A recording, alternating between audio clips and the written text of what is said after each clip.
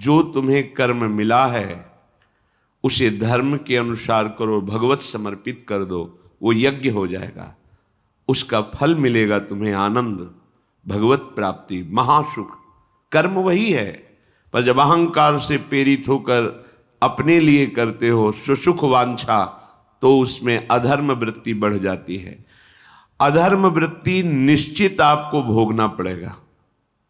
यदि भगवान की शरण में हो जाओ, अबलो नशानी अबना नशई हो, वो कृपा करे तो सब क्षमा हो जाए। वो कह रहे हैं कि हम तो हम सर्वपापेभ्यो मोक्षयिष्यामि मा शुचा। नहीं तो आपका जो कर्म प्रकाशित नहीं हुआ है और आपने पाप कर्म किया वो गुप्त है, वो नष्ट नहीं हुआ, वो भयंकर रूप रख के तैयार है, अपने समय पे तुम्हें नष्ट कर देगा। एक 45-50 वर्ष की अवस्था के थे, अब उनको ज्ञान हुआ कि हमारे द्वारा बहुत अधर्म हुए हैं, अब सब छोड़ो, अब सत् कार्यों में लगो। तो उनके सामने एक स्वर्णकार का मकान था। वो बहुत ही कपटपूर्ण व्यवहार करता था, भोले भाले लोगों को असली स्वर्ण लेकर के केवल स्वर्ण का लेप करके अलंकार बेचता। अगर कोई जानता तो कुछ राज कर्मचारियों को अपने ले दे के अधीन किए हुए था और उसको कुछ नहीं होता। तो जो राज कर्मचारी उसके रहस्य को जानते थे वो रात में ड्यूटी देते थे। उन लोगों ने सोचा कि इतना धन इसने इकट्ठा किया है, अगर हम इसको मार देते हैं और इसका स्वर्ण ले लेते हैं तो कोई रिपोर्ट करने वाला भी नहीं होगा और हम बहुत धनी हो जाएंगे। अधर्माचरण करने वाला कभी सुखी नहीं हो सकता। स्वर्णकार अधर्म आचरण कर रहा था तो उसके अधर्म आचरण में सम्मिलित होने वाले राज कर्मचारियों ने उसे मार दिया, उसका स्वर्ण ले लिया, धन ले लिया और उसे एक बॉक्स में बंद करके वो निकल ही रहे थे कि वो जो धर्म पे चलना ठाना था उन्होंने देख लिया। बाहर निकले, उनका ये क्या है, अब वो तो फंस गए क्योंकि बॉक्स में उसकी लाश थी और सब बैग झोला में स्वर्णाभूषण धन था। उन्होंने तुरंत उसको कहा, आवाज मत दीजिएगा, देखो हम तुम्हें हिस्सा दे देंगे, ये जो धन हमारे पास है इसको हम 3 हिस्से में बांट लेंगे और इसको हम नष्ट कर देते हैं, कोई जानेगा नहीं, हम राज कर्मचारी हैं, किसी तरह का फसाव नहीं होगा। उन्होंने कहा, ये मैं अधर्म का कार्य नहीं कर सकता, मैं तो अब हल्ला मचाऊंगा, सबको बुलाऊंगा और बताऊंगा कि तुमने इसकी हत्या की है और इसका धन अपहरण कर रहे थे।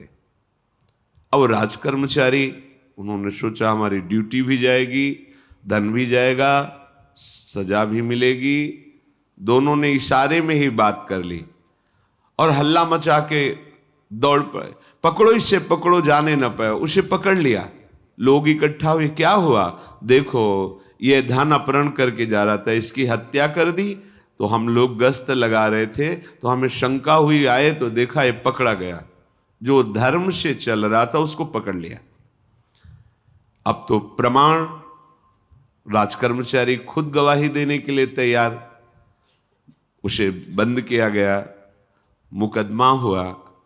वो बार बार जज के सामने यही कहता था, जिसकी कसम खवाओ हम कसम खा लेते हैं, हमने बिल्कुल ये कार्य नहीं किया, ये लोग ये कार्य कर रहे थे, हमने इनको रोका तो इन्होंने मुझे साझेदारी के लिए, पर मैंने वो स्वीकार नहीं किया तो फिर इन्होंने ऐसा किया। पर उसकी कौन बात माने, राजकर्मचारी गवाही। मुकदमा लंबा खिंचा, उसे जेल में रखा गया। हर बार आके वो यही प्रार्थना करता,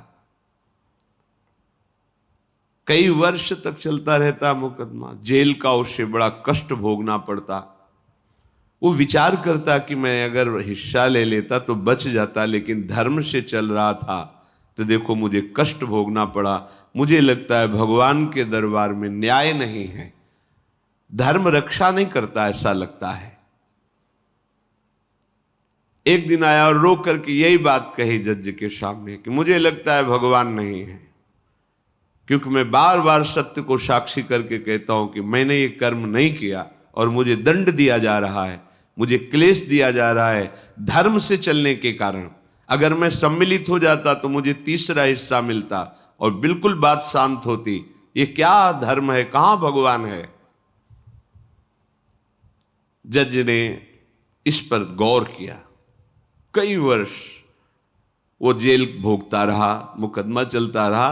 तब जज ने गौर किया कि बार बार ये कहता है इसकी जांच की जाए, तो हत्याकांड होते ही रहते हैं। एक शव आया वहां, जज ने मंगवाया था, जो पोस्टमार्टम के लिए जाता मंगवाया और कहा देखो इसका कोई नहीं है, अंतिम संस्कार के लिए अपने ही लोगों को जाना है। तो 2 कर्मचारी जो थे सरकारी, जो स्वर्ण चोरी में सम्मिलित थे, उनको और उसको कहा कि बस तुम थोड़ी देर नदी के किनारे बैठे रहना, हम और लोगों को लेकर के आते हैं। और एक आदमी को छुपा के बैठा लिया और राज कर्मचारी नदी के किनारे शव को लेकर बैठे। उसको देखा जिसको बहुत कष्ट दिया जा रहा था, सारा आरोप उसके ऊपर था, जो धर्म से चल रहा था। उसे कहा माना नहीं ना, अगर मान लेता तो तीसरा हिस्सा भी मिल जाता, बात वहीं खत्म हो जाती है। देखा, फंसा दिया, तेरे को आजीवन कारावास मिलेगा, कोई नहीं बचा सकता तेरे को। मेरी बात नहीं मानी, कह रहा था हल्ला मचाऊंगा, ऐसा वैसा, अब भोग। तो जज के द्वारा जो एकांत में बैठाला हुआ आदमी था, उसने पूरी बात सुनी। इसीलिए ये नाटक रचा गया था। तीनों को बुलाया और कहा तुम निर्दोष हो उस धर्मात्मा से। स्वयं इनकी आवाज से हमने सुना, ये कह रहे थे जो तुम बात कह रहे थे। तो उसने कहा कि ये तो ठीक है, अब निर्णय ठीक कर दिया, लेकिन अब कई वर्षों से मैं दंड भोग रहा था, ये कौन सा न्याय है? किस अपराध के कारण? मैं तो धर्म से चल रहा था, इसमें किंचन मात्र मेरा कोई अपराध नहीं था। फिर कई वर्ष से मैं सजा क्यों भोग रहा था? बार बार प्रताड़ना, नाना प्रकार के कष्ट क्यों भोगा मैं? जज ने कहा तुम हृदय को साक्षी करके बताओ, क्या कोई ऐसा अपराध किया है जिसका प्रकाश ना हुआ हो और तुम्हें दंड ना मिला हो? हम अब उसका कोई दंड थोड़ी तुम्हें देंगे, लेकिन तुम्हारे अंदर जो भगवान के प्रति आरोप है उसका निराकरण हो जाएगा। उसने कहा हाँ, यौवन अवस्था में मैंने किसी स्त्री को ऐसा ऐसा, और वो विरोध करने पर भी उसे मार दिया और आज तक बात कोई प्रकाशित नहीं हुई। तो बोले फिर भगवान को क्यों दोष देते हो? वो कर्म तुम्हारा दंड अगर मिल जाता तो नष्ट हो जाता, वो कर्म सुरक्षित है। उसी कर्म ने तुम्हें यहां अधर्म ना होने पर भी फंसाया और देखो तुम्हें भोगना पड़ा। तो निश्चित समझो, यदि आप अधर्म के द्वारा कोई भी सुख साधन करेंगे तो आप नष्ट होंगे। अधर्म के द्वारा आप धन आदि छीनना चाहेंगे तो आप नष्ट होंगे। अधर्म कर दिया है और उसका प्रायश्चित नहीं हुआ तो वो कर्म सुरक्षित है। ऐसी जगह फंसाएगा जहां 100% आपने कोई अपराध नहीं किया पर आपको उसका दंड भोगना पड़ेगा। फिर आपको लगेगा कि न्याय में अन्याय हो रहा है, कोई भगवान नहीं है। देखो मैंने बिल्कुल कसम खा के कहता हूं पाप नहीं किया, पर ये पाप का जो आरोप लगा वो पूर्व पाप आकर के तुम्हें दंडित कर रहा है। अब इस कर्म विधान को ये बहिर्मुख लोग क्या जानते हैं?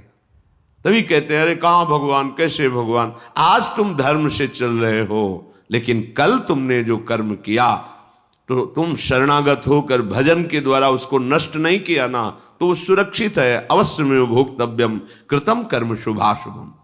इसलिए श्री भगवान आदेश कर रहे हैं यज्ञार्थात कर्मणोन्यत्र लोकोयम कर्म बंधनहा तदर्थम कर्म कौन्ते मुक्त संगहा समाचर। मुक्त हो जाओगे, न काम तुम्हें अधीन कर पाएगा, न पाप अधीन कर पाएगा, परमानंद में डूब जाओगे। केवल प्रभु के लिए कर्म करो। ये अगरबत्ती, धूप बत्ती, आरती, पूजा प्रभु को अपना नहीं माना तो ये थोड़ा शुभ कर्म बन गया, बस ये तुम्हारा प्रायश्चित नहीं होगा। जो तुमने अधर्माचरण के अगरबत्ती धूपबत्ती से खत्म होने वाले नहीं हैं, उनके लिए तुम्हें नाम जप करना पड़ेगा, नाम कीर्तन करना पड़ेगा। नाम कीर्तनम यस्य सर्व पाप प्रणाशनम, समस्त पापों का नाश करने में समर्थ है। राधा राधा राधा, कृष्ण कृष्ण कृष्ण, गोविंद गोविंद गोविंद। भगवन नाम, अगर भगवन नाम का आप निरंतर जप करने लगे तो आप स्वयं तर जाएंगे और लोगों को तार देंगे। मम भक्तियुक्तो भुवनम पुनात् सतरति सतरति सा लोकान तारयति।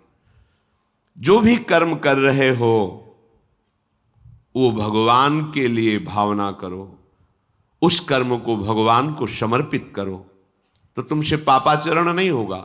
जो पापाचरण हो गए हैं 10 मिनट केवल बैठ करके अपने घर में ही ताली बजा के मंजीरा लेकर के, इसे नाटक मत समझो, आडंबर मत समझो। नहीं, जो आडंबर और नाटक किए हैं ना, वो जब अपना नाटक फैलाएंगे तो तुम उस नाटक से निकल नहीं पाओगे। माया का नाटक है। भगवान नाम कीर्तन, ये जो लोग कहते हैं ना कि भगवान तो हृदय में बैठे, दिखावे की क्या जरूरत है। अगर इतना बोध हो चुका है भगवान हृदय में बैठे, तब तो आप सिद्ध हो गए। केवल वाणी से बोल रहे हो, मन मानी आचरण कर रहे हो, दुर्गति को प्राप्त हो रहे हो, तो है ना सबके हृदय अछत विकारी, पर सकल जीव जग दीन दुखारी। सबके हृदय में बैठा है, पर दुर्दशा रोक रहा है क्या वो? क्यों? क्योंकि तुम केवल बातों से कहते हो तो सबके हृदय में बैठा है। ऐसा अनुभव किया? अगर ऐसा अनुभव किया तो व्यभिचार किसके साथ करते हो, चोरी किसकी करते हो, हिंसा की, कपट किससे, द्वेष किससे? बस केवल बातों से बात नहीं बनती। ये कर्म बातों से नष्ट नहीं होता, इसके लिए अनुष्ठान करना होगा नाम का। चाहे जैसी परिस्थिति हो, चाहे जो हो, जैसे भी हो, तुम्हारा मंगल होगा। अहोबत स्वपचतो गरियान यज्जिभ्यागे वर्तते नाम तुभ्यम। वो नीच आचरण करने वाला, अभक्ष पदार्थ खाने वाला भी यदि भगवान नाम उच्चारण करता है तो परम पावन हो जाता। अहो, आश्चर्य की बात!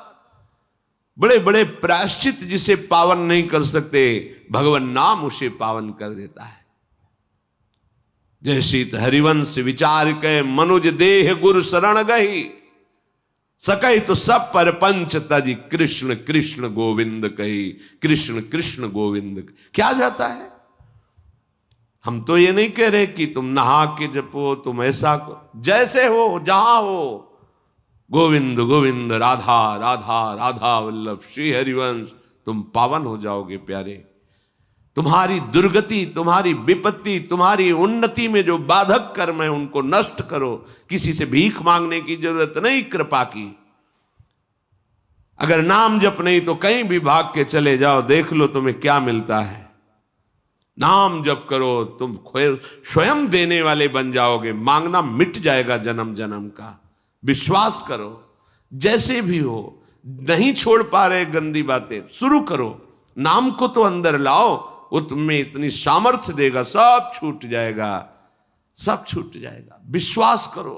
आज तक जितने बड़े बड़े ऊंचाई के पद पर पहुंचे हुए महात्मा हैं, सबके मूल में नाम पाया गया। निरंतर नाम जप, निरंतर अभ्यास करने से होता है।